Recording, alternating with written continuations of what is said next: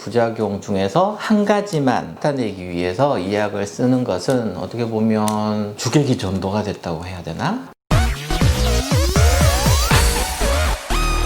안녕하세요. 피부과 전문의 김성준입니다. 다한증에 대해서 조금 설명을 드리려고 하는데요.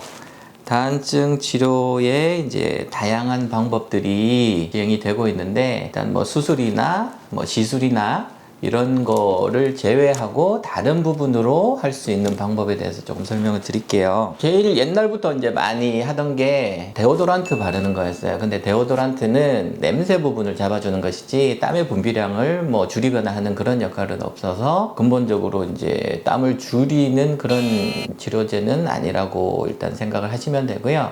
그 다음으로 이제 제일 많이 바르는 약으로 사용하는 게 드리클러라고 하는 그 알루미늄 성분이 들어있는 바르는 약이에요.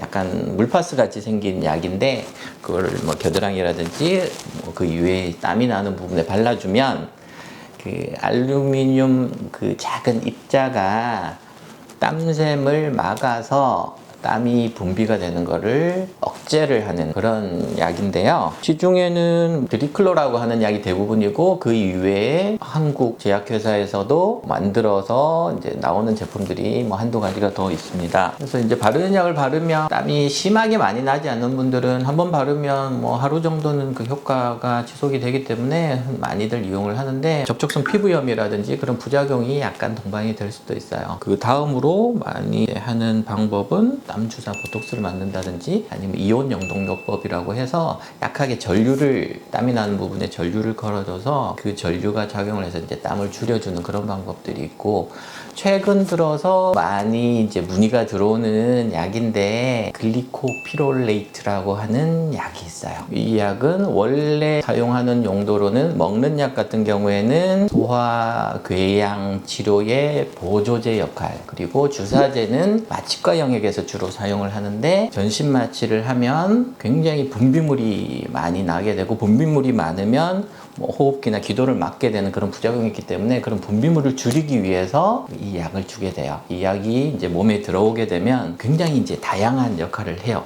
항콜린성 약물의 전형적인 그 여러 가지 이제 작용을 하게 되는데, 부작용 중에 한 가지가 발한 감소, 땀이 적게 나는 그런 부작용이 있어요. 그래서 그 부작용의 한 부분을 이용을 하기 위해서 이 약을 다한증에 치료를 하기도 하는데, 솔직히 국소적으로 바르는 글리코피롤레이트 성분을 국소적으로 도포를 해주는 그런 제품이 나와 있어요. 스웨트 롤패드라고 하는 제품이 있는데, 그거는 이제 발라주게 되면 국소적으로 작용을 하기 때문에 전신적인 부작용은 사실 거의 없는데, 이런 먹는 약, 전신적으로 작용하는 약을 복용하는 것은 솔직히 저는 조금 반대의 입장이라서 저는 거의 처방은 하고 있지는 않지만 실제로는 제법 처방이 되고 있는 걸로 알고, 이 약이 처방이 되는지 이제 문의 들어오는 경우도 꽤 있거든요. 이 약의 아까도 말씀드렸던 그런 여러 가지 이제 부작용 중에서 한 가지만 나타내기 위해서 이 약을 쓰는 것은 어떻게 보면 주객이 전도가 됐다고 해야 되나? 그렇죠. 근데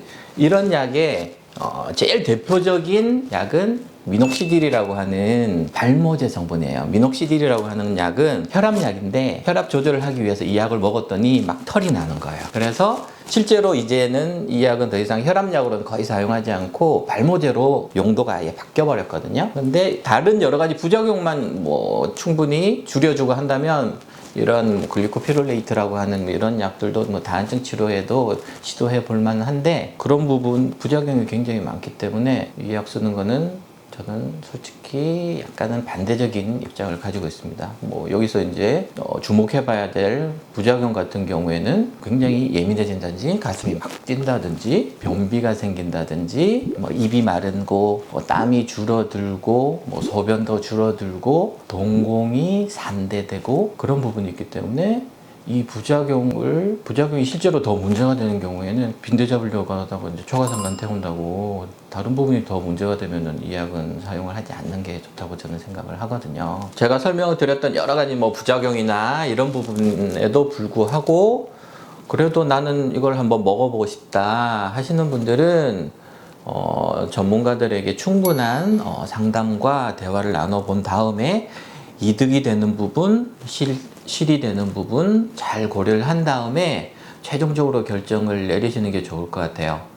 그리고 사람에 따라서 그 부작용이 나타날 수 있는 뭐 정도나 강도도 다 다르기 때문에 다행히 약을 썼을 때 그 사람은 땀 줄어드는 것은 상당히 만족스럽고 그 이외에 나타날 수 있는 부작용은 상대적으로 미미할 수 있기 때문에 그런 사람 같은 경우에는 뭐 효과적으로 사용이 될 수가 있겠죠. 그렇지만 일반적으로 그 이외에 우리가 뭐 얻고자 하는 그 목적 이외에 다른 부작용들이 좀 더 많을 것이라고 솔직히 저는 판단을 많이 하는 경우이기 때문에 저 같은 경우에는 이 약을 전신적으로 먹는 이 약을 쓰는 것은 약간은 반대하는 입장입니다. 그래서 먹는 다한증 약에 대한 설명은 이 정도로 마치는 걸로 하고요. 여기서 제가 잠깐 한 가지 간단하게 설명을 드리고 싶어 하는 것은 부작용을 이용을 해서 적용을 하는 것인데, 여기서 그 단어 그 부작용이라고 하는 부분에 대해서 간단하게 설명만 조금 먼저 드리겠습니다.